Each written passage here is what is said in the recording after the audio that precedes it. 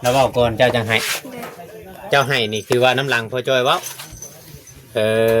นักบ่ละเว้ามื้อนั้นเจ้าจังให้ นักเนาะ นักเติบ ก็บอกอะไรเนาะ เป็นอะไรคือว่า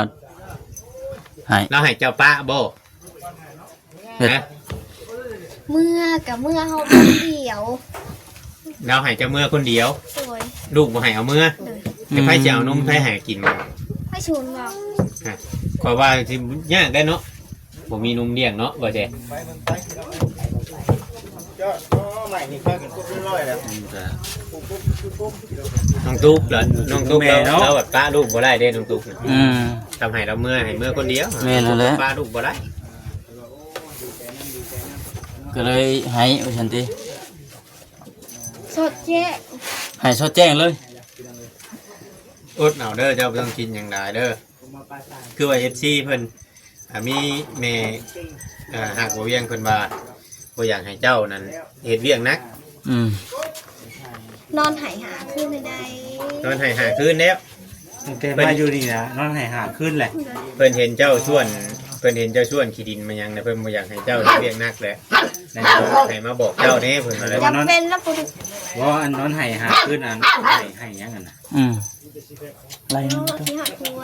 คิดฮอดผัว เอาแล้ว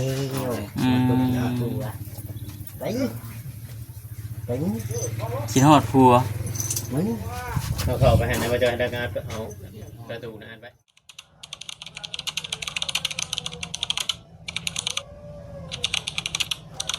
เอาพี่น้องเนาะทักทายสบายดีเด้อพี่น้องเด้อทักทายสบายดี FC กันเบิดสุขุสุคนพบเจอกันอีกคือเก่าพี่น้องเนาะฮะอยู่ที่บ้านที่เฮือนสาวเที่ยงตอนนี้ แต่ว่าน้องตุ๊กเพิ่นมานั่งก่อยลูกอยู่นี้ เดี๋ยวลูกเราจะตื่นเด้อ ว่าซั่นซะ ปากหลังเด้อ คุยไป สบายดี เอาไปใส่ปืนกล้องเนี่ย เอาสบายดีก่อนไปเอาเลย ไปดิ ก็ได้ลูกคนนอนบ้านนี่เนาะ ใครว่ามันอยู่นี่มันเย็นเด้มันเย็น มันคืออันเป็นหมอกแท้เนาะ กล้องบ่ เป็น เป็นกล้อง เป็นยังมงข่อย เสร็จนี่ เป็น ไป ที่ฟิวงอกคือแท้ ธรรมดาอยู่ ได้ชื่อนะ ตุ๊กกำลังก่อยลูกน้องพี่น้องเนาะ ว่ามันเป็น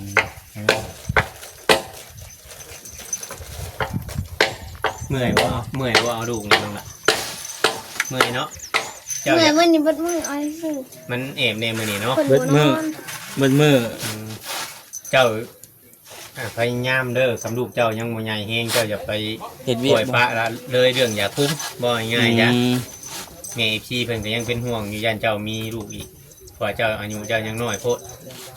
เห็นแล้วว่าช่วงนี้เราก็อยู่ห่างจากตัวอยู่เนาะ เพิ่นว่าเพิ่นถามมาได้เมื่อเช้านี่ว่าค่าน้องตุ๊กเงินนั่นนี่ได้คุ้มอยู่บ่วะ มีแต่ว่าผัวไปตัดอ้อยเลยโดดดื่มกินยาดูบ่ได้เด้ เอาเลยเดือดเป็นนี่โอ้ยอย่าให้กันอย่าให้กัน บักโลอย่าดื้อได้ อย่าดื้อ อย่าดื้อได้ จิบแข่ง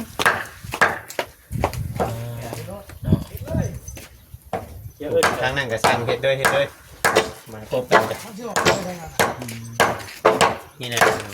คอยวิทย์นะลูกอย่ามันปีน โดนจังไกว แม่น เป็นมือตื่นเด้ อยากมือ ฮะ อยากมือ อยากเมื่อ แม่บ่คือลูก วันแรกก็ยังคิดอยากเมื่อจังไรก็ยังมุมอยู่ดี ติดจ่อยอยู่เลย ก่อ ว่าน เพิ่น อดเอาก่อนพังเชื่อมีซีเนี่ยเพิ่นบอกมาให้อดเอาก่อนจังน้อย ตอนมาได้เป็นจังได๋ซะ บ่คือเรื่องอยากเมื่อนี่บ่แม่นว่าห้ามน้องคนใดเนาะ บ่ได้ห้ามดอกเพราะว่าบ่ได้ให้เจ้าป้ากันเด้ เดี๋ยวพร้อมถึงเวลาอะไรเมื่อคือเก่า เนาะ แบบคือตอนนี้ว่าผู้ใหญ่เพิ่นบ่ผู้ใหญ่เพิ่นสิคุยกันบ่หรือว่าใด ฉันเนี่ยตามมันน้องเตว่าเฮาก็บ่ฮู้ใน บัวแล้วเข้ามาได้ ฮะ บ่ แล้วเว้ามาเว้ามารถเรามามื้อนั้นเราเว้าในใดพอจอยมื้อนั้นเราเว้าลงเราเว้าน้ำจาน นักบัวเลยนักก็ไปเลย เราเว้าก่อนบ่เจ้าจังไห้มื้อนั้นฮะเราเว้าก่อนเจ้าจังไห้เจ้าไห้นี่คือว่าน้ำลังพอจอยเว้านักบ่เราเว้ามื้อนั้นเจ้าจังไห้ นักเนาะ นักเติบ ๆก็บ่ได้เนาะ เป็นอะไรคือว่าใ ให้ เราให้เจ้าป้าบ่ เฮ็ด นะ เมื่อกับเมื่อเฮาคนเดียว เราให้เจ้าเมื่อคนเดียว โดย ลูกบ่ให้เอาเมื่อไผจะเอานมไผให้กินบ่ ให้ชุนบอก ขอยว่าสิยากได้เนาะบ่มีนมเลี้ยงเนาะว่าแต่ ใหม่นี่ค่ากันคุบร้อยแล้ว น้องตุ๊กเหรอน้องตุ๊กเราแบบป้าลูกบ่ได้เด้น้องตุ๊ก ทำให้เราเมื่อให้เมื่อคนเดียว แม่นแล้วแหละ ป้าลูกบ่ได้ ก็เลยให้ว่าซั่นติ สดแจ๊ ให้สดแจ้งเลย อดเอาเด้อเจ้าบ่ต้องกินอย่างใดเด้อคือว่า FC เพิ่นมีแม่หากบ่เวียงเพิ่นว่าบ่อยากให้เจ้านั้นเฮ็ดเวียกนัก นอนหายหาขึ้นไม่ได้ นอนให้หาคืนแล้ว แต่มาอยู่นี่นะนอนให้หาขึ้นแหละ เพิ่นเห็นเจ้าชวนขี้ดินมายังนะเพิ่นบ่อยากให้เจ้าเฮ็ดเวียกนักแหละนั่นให้มาบอกเจ้าแน่เพิ่นว่าแล้ว จำเป็นแล้วปุ๊บ ว่าอันนอนให้หาขึ้นอันให้ยังกันนะ ไร ที่หอดหัว คิดฮอดผัว เอาเร็ว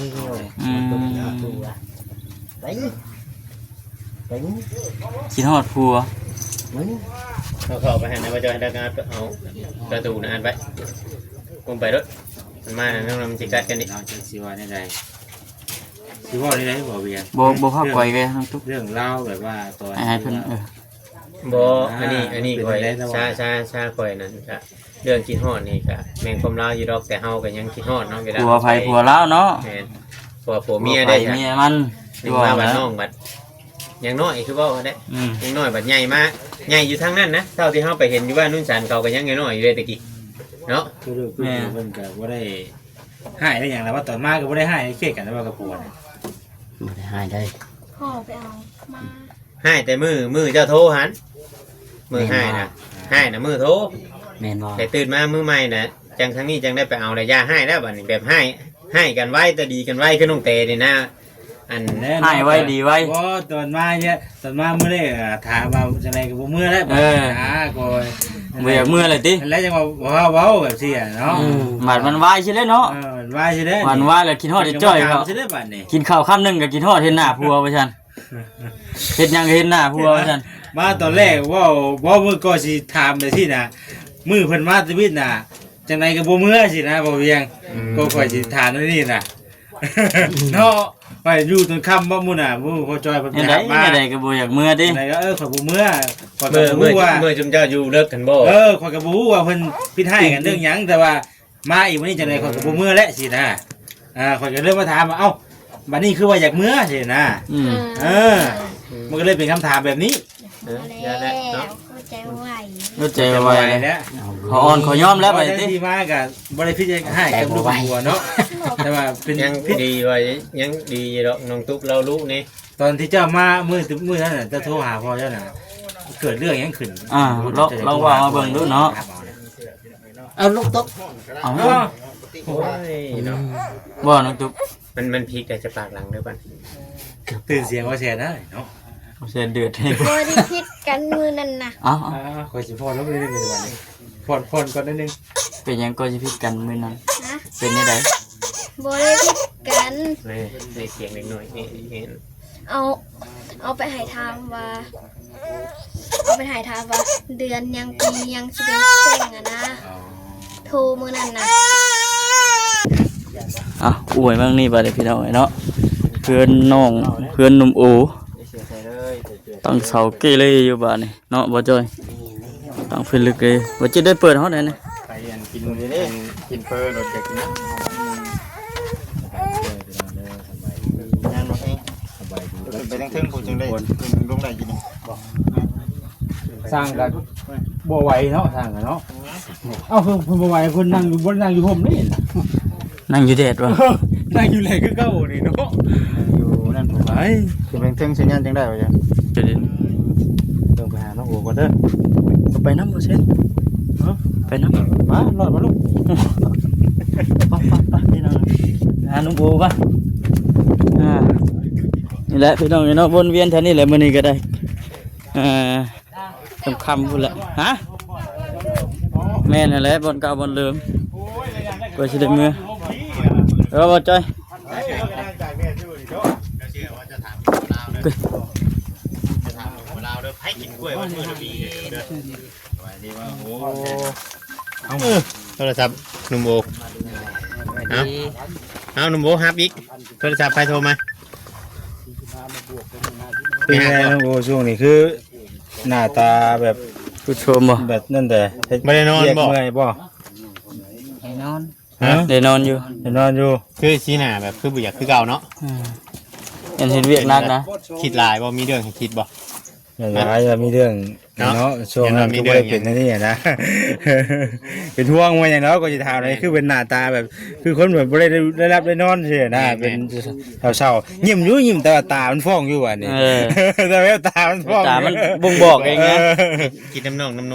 ก็เลยแบบว่าถามเบิ้งยังมีเรื่องกุ้มใจอย่างบ่นะ ยันว่ามีเรื่องกุมใจ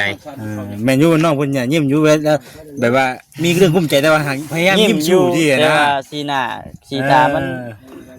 บ่งบอกว่านี่ วันนี้ก็ บ่ ได้ ได้จะ ว่า เป็นบ่โทรศัพท์บ่ได้นั่นบ่ฮะคือเสียงไห้โอ้เอามายังน่ะหมดเลย มันพาง โอ้ยตายเอาเลย โหแล้ววันนี้ เกิดยังขึ้นบาดเขาโทรศัพท์น้องโอพี่น่ะจอไว้ก็ยังคือเก่า เกมฟรีไฟเนาะ ฮ้อนเนาะน้องเนาะ คนเองไงต้องโอ้เราบางเทื่อเราอาจจะมีเรื่องกุมใจแต่เราไม่อยากเว้า ยังมีแนวอุกใจอยู่เลยเนาะ มีบ่น้องโอ สีหน้า มี สี แล้ว ตา ว่า ก็เบิ่งอยู่ เป็นจังได๋เห็นน้องเห็นนุ่งน้องตุ้มน้องแต่น้องตุ๊กเรื่องเวลาอย่างกะ โทรศัพท์กันนะ ว่าไงไปหาโทรศัพท์บ่ ไปเนาะดวนนั่งถอดแล้ว ยังมีแนวเรื่องเล่าอุกใจเลยเราไปที่หาเบิ่งได้ ไปลงนะอ๋อวันบ่าวเราจะไปตัดผม แต่ผมน้ำไทย อยู่แล้ว ได้ยินแล้วว่าอยู่เนาะเพิ่นเนาะไปเสิร์ฟรอก่อนว่าซั่น โอ้ยเฮ็ดเทือนเป็นคือช่างคนเดียวเนาะ อ้าว เฮ็ดงามอีหลี อันนี้สร้างเฮ็ดอะไรนี่ดิ สร้างเฮ็ดดีแล้วนี่นะ สร้างเฮ็ดแท้อันนี้อันนี้เรียกผู้อื่นว่าสร้างเฮ็ดเนาะ ไปแบบเราแค่นั้นไม่ได้พอได้ตากแดดเท่าอยู่ บ่ บ่คือเอาเห็นว่าอยากเป็นช่างคือเพิ่นเนี่ยคงสิแบบคงสิม่วนครับเนาะแบบคักกี่ใด ม้วนเลย ล่ะจับแทกงานบ่มีหลักการจักแน่เลย เออ เนาะครับเนาะ แม่นั่นแหละ บ่ได้เป็นบ่ว่าสิจับใส่บ่สู้ โอ้ เนาะคือสิบ่ลืมบ่อันนี้คือหยังมันคือโอ้คือตัวนั้นเนาะไม่ก็ไม่หน้า15โดดเนาะ อืม ร้อยดีใส่ข้าวกัน2อัน ใช่ไปใช่เลย ตัวหัวบ่ครับ ไปใช้ยันว่ามีทางไปกันเสียโอ้ยแล้ววะยืมรถจักรครับไปก็ได้เสียโอ้ยออกมา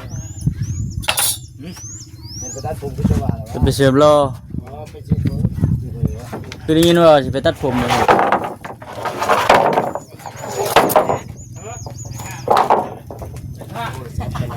ว่าจะเมารถได้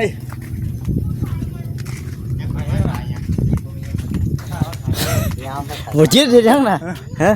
ลี่เลย สินั่งเอาดีไหมค่ะ เอาแล้วบัดนี้บ่จอยสิเฮ็ดจังไดบัดนี้ แต่มาเร็ว ทุบผู้นั้นออกผู้นี้เข้าอยู่เนาะ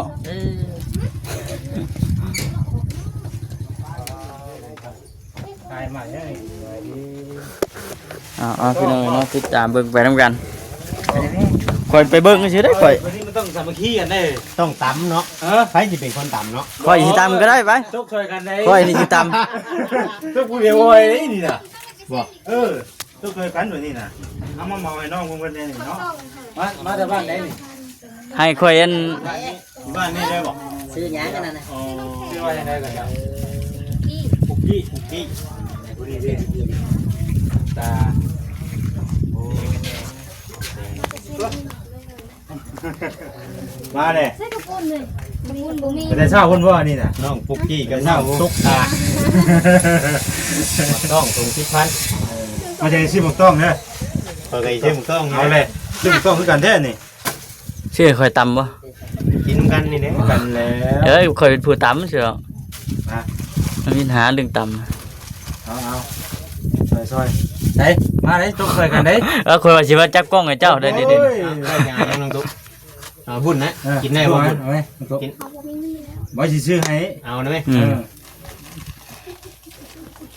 ตรงที่พันเบอร์หรอ ไปจี้ก็ได้ไปจี้ก็ได้ได้เบิ่งได้เบิ่ง 10,000เบิดได้บ่เวียงทางดีๆได้เออ เจ้า ตรง10,000เบิดแล้ว ได้บ่หมูเวียงอ่ะ เช่นนี่ เฮ้ยน่ะชื่อหลายๆผู้นี้แน่เจ้าก็ อ๋อมันงบประมาณทำนี่เด้นั่นแหละ เขายัง ว่าเชนตัวน่ะ ใช่หาแนมหมูซอยกันเด้ หลายคนเนี่ยเนาะ แล้วบ่สิ ไอ้ไอ้บ่ตะกี้นี่คือหลายเด้บ่ บ่จ้อยบ่จ้อย มาเจ็ด เอาใส่ลงไปนี่ บ้านมีน่ะ แล้วนี่ เดี๋ยวพาเอาอะไรชิหาสิบหาสิบพัน อันนี้ข่อย ยังก็หาสิบ ไล่พวกเราข่อยว่าขายอะไรนี่ไง หาสิบพัน ตรง10,000เบิดตรง10,000เบิด พันบ่น่ะ ยังเหลือแต่ตัวค่า10 หมูเวียงเอาได้ เอาค่อยจ่ายไปแล้วของค่อยนะนี่โมเมนต์อันนี้ เอา เปิดจ่ายแล้ว เอาบ่ดิบ่จ้อย ปจิตเอาสอง เอาแล้ว เอาให้มันนวดหา10,000นี่ข่อย สิบ 30 เบิร์ดจะหาเราแทน บ่แหมลงตัวน้องเพิ่นคนเด็ดเถอะ หาสิบน่ะถ้ายังเหลือ3ถุงซื้อซอยแล้ว บ่ทิศนี่น่ะยกด้วย พอแล้วตัวนี้เจอพอแล้ว ใจเข้าใจ ก็บอกไปทั่วทุกเข้า นี่เหลือได้นี่อีก10,000นี่ เหลือ30 เอาแม่มาจอย มันค่อยจะได้ชาวพันบ่น่ะ 30 เท้าเลยสองอันนะ คิดก็ได้พอแล้วพอแล้วเลย ยัง30 มาสลีด่วน พี่ชรี นี่สิบ่ เอาเดี๋ยวพอได้นี่เอาไปกินข้าวมากินเพลมาเนี่ยมันกินแล้ว แม่นๆนะ ใช่จ้าป่ะ30อ่ะ โอเค ช่วยกันแล้วเนาะ เอามืออื่นมาอีกเด้อน้องหลานเด้อทำเบิร์ดข่าวมาได้เมื่อไร เอามาลายก็ดีป่ะเอามาลายก็ดีเนาะ เอามาลายก็นี่ต้องเอามาละลาย ขอบใจเด้อ ใจขอบใจคือการเงินมาขายไม่เด้อ เอามาลายเด้อดิ เอามาลายก็นี่ โอ้ทุกผลึก มันบอกว่าเขา ดีบ่เชนแบบโมเมนต์ผู้ชายมากมิจะให้พันติดรถไปอย่างเดียว ฮะ แบบผู้ชายมากรถจะเมาเบิดอย่างเดียวเนาะ บ่ได้ข่อยเขาบ่ได้เมาวันแหละข่อยก็เอิ้นหายบ่หลายคนนึงข่อยก็เอิ้นหาบ่หลายคนหาจะช่วย ห เอย ง อก อ่ะ ไอ้คำว่าหยอกเจ้าเลย หาจะช่วยหาจะช่วย คักคือน้องไงเนาะคักเนาะบ่เจอเนาะไปมาโอเคพี่น้องไงเนาะคลิปนี้ก็คือสิบ่จิมานั่งพี่วะคลิปนี้ก็คือสิประมาณนี้แล้วบ่คำก็ได้พี่น้องไงเนาะมีแต่ว่าเอาไปพบไปพบกันคลิปหน้าคลิปต่อไป ยังเหวี่ยงทุกคนไหนได้ ฮะ ทุกต่ำเนาะห่อนเองคิวมาเป็นช่วงเลยคำว่าเบิดบ่อยากให้เขาเมื่อบ่เชนกระดาษ เนาะ โทษดิ ไปเดี๋ยวพี่น้องไงเนาะ ย่านมาเชนเลิกไปบ้านเอาพี่น้องเนาะคลิปนี้ครับนี่อย่างไรบ่ลายยายห้างเนาะห้างน้องหัวเบิ้ลเนาะ สบายดีพี่น้องเอ้ยสบายดี สวย